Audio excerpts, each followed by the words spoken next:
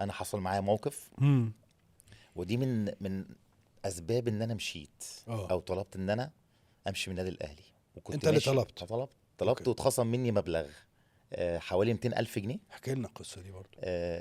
طبعا كنت بلعب ماتش 2 لا، ماتش 3 لا. فجي خلاص لما صعدنا في دوري مجموعات افريقيا، بطولة افريقيا اللي هي البطولة اللي خدناها بتاعة القطن الكاميروني 2008. في الكاميرون. لعبت انا ماتش اسك الاخير. بدأت الماتش والحمد لله جبت جول فيه، كنت شغال بشكل كويس جدا، تعادلنا 2-2. ابو تريكة جاب جون وانا جبت جون. وبعد الماتش شكر فيا جدا في المؤتمر الصحفي. فبعد الماتش عندنا بعديه ماتشات تانية لقيت بره نفسك السكور. بره. استغربت. ما انا بقول لك بيعمل حاجات غريبه. انت بقول لك بين الشوطين في الماتش قعد يحكي احسن واحد واعظم بس انا هعمل تغييره. فلافيو اسلام اوت تيك شاور وفلافيو بره بقى هو اللي السكور. هينزل. جه العجيزي بعديها بنلعب ماتش بتروجيت، جاب 3 جوان بره السكور. وطبعا الفراوده اللي كانوا موجودين كانوا كلهم نجوم، فلافيو ومتعب وابو وبلال واسامه حسني والعجيزي ودروجبا. 6 فراوده مش موجود اصلا دلوقتي في الدوري المصري، واحد او 2. فبره السكور. طب انت كمدرب بتستنى من اللعيب اللي ما بيلعبش ان هو يبقى كويس ويجيب جون عشان يبدا يركب. ما تفهمش. فحسيت ان انا اللي هو انت مهما عملت مش هتركب على ابو تريكة. انسى. فدي بتخلي كيرفك بيبدا يقع. وانت كنت في عز وقت تألقك 26 27 سنه، اللي هو احسن وقت لعيب الكوره. صحيح. اللي انت تكسر فيه الدنيا. ساعتها طلبت ان انا امشي. خلي بالك برضو نفس الفكره دي كانت مع اينو تهيألي. لانه كان برضو شوقي وحسن وانيس بوجلبان وانيس وحسام عاشور وحسام. فكانت برضو وجابوا حسين علي كمان من بتروجيت. وحسين علي بعد كده، بس حسين قعد 5-6 شهور ومشي. لكن انا بكلمك على التقايل اللي كانت موجوده ساعتها يعني.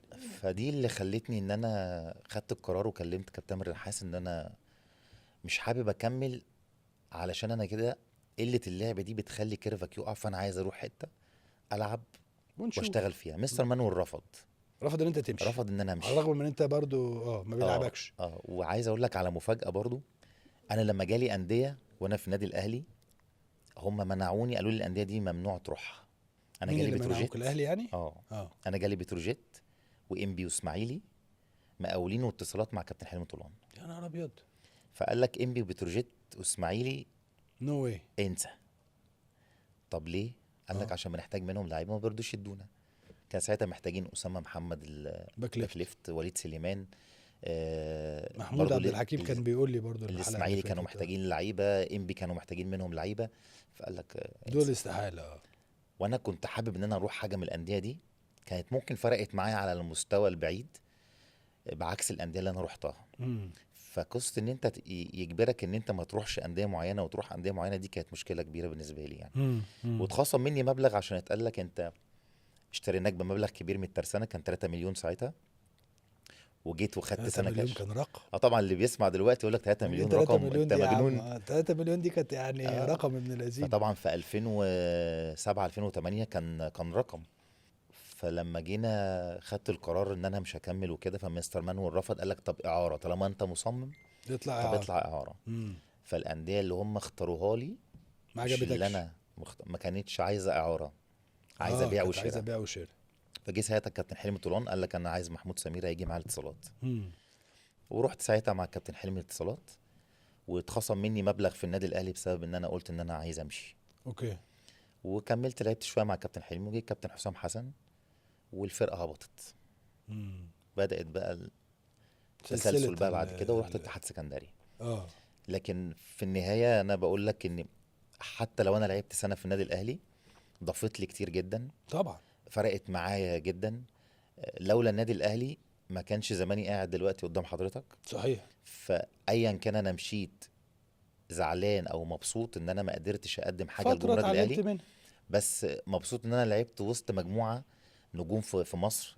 يتقال ان انت لعبت وسط جيل من اعظم اجيال في الدوري المصري، واستفدت منه كتير جدا. مين اللي كانت شخصيته قويه في الفرقه في الوقت ده يعني؟ في الفرقه ولا في الجهاز؟ في الفرقه. لا في الفرقه.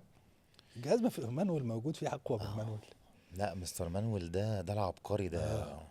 ما حدش هيجي في النادي الاهلي مدير فني زي مستر مانويل. لا في حقيقي. الفرقه اللي كان شخصيته قويه كابتن عماد نحاس، عماد طبعا، كابتن وائل جمعه. ما تدبستش وائل جمعه؟ ما دبسكش في اي حاجه خالص؟ لا خالص. لا خالص. مرزق عشان مش مدافع، بس ما كانش بيوصل لك الكوره. بس كابتن كان بيضربني ضرب برضه. هو فين؟ هو في التمرين. في التمرين يعني هو كان بيضرب سماكه عشان ما يخشش عليه ويقول له ما عارف لو رقصتني هطلعك بره. هو كان بيطحن فينا، ولما مشي سماكه وانا جيت، سماكه برضو كان جاي من الترسانه للاهلي. لما انا جيت برضو في التمرين ضرب بلا وعي.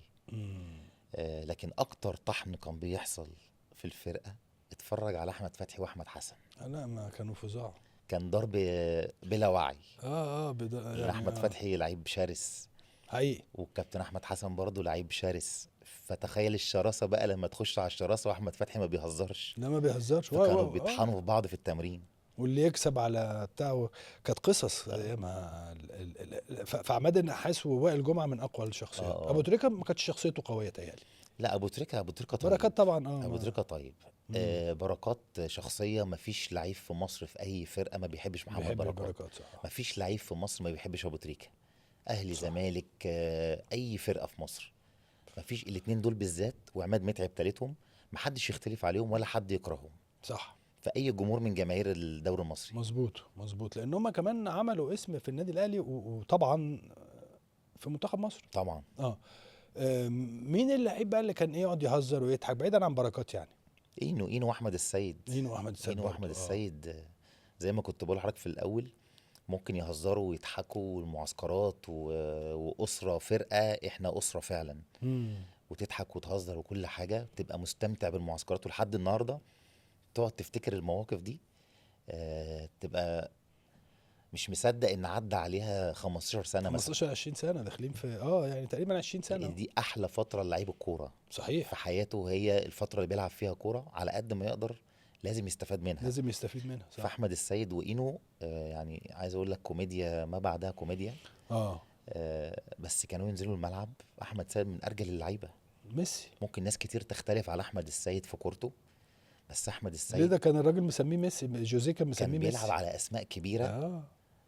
كان يعني ساعتها احمد سيد، شادي، محمد صديق، رامي، وكان طبعا جمعه وعماد النحاس. يعني واحمد السيد كان بيلعب، وممكن يكون هو اقلهم في الكوره، بس هو شرس، سرد باك بمعنى سرد باك. سريع قوي رخم، صعب حد يعرف يعدي منه. حتى لو كورته مش كويسه. لكن في الوقت الحالي اللي احنا فيه، عايز تلعب بيلد اب وعايز تشتغل وعايز سرد باك لعيب كوره ويطلع بالكوره. لا، وطرق الكلام ده مش موجود. اختلفت ومش الكلام ده مش موجود في مصر. مفيش حد دلوقتي اصلا بيعرف يعمل بيلد اب في مصر غير فرقتين، بيراميدز وسيراميكا.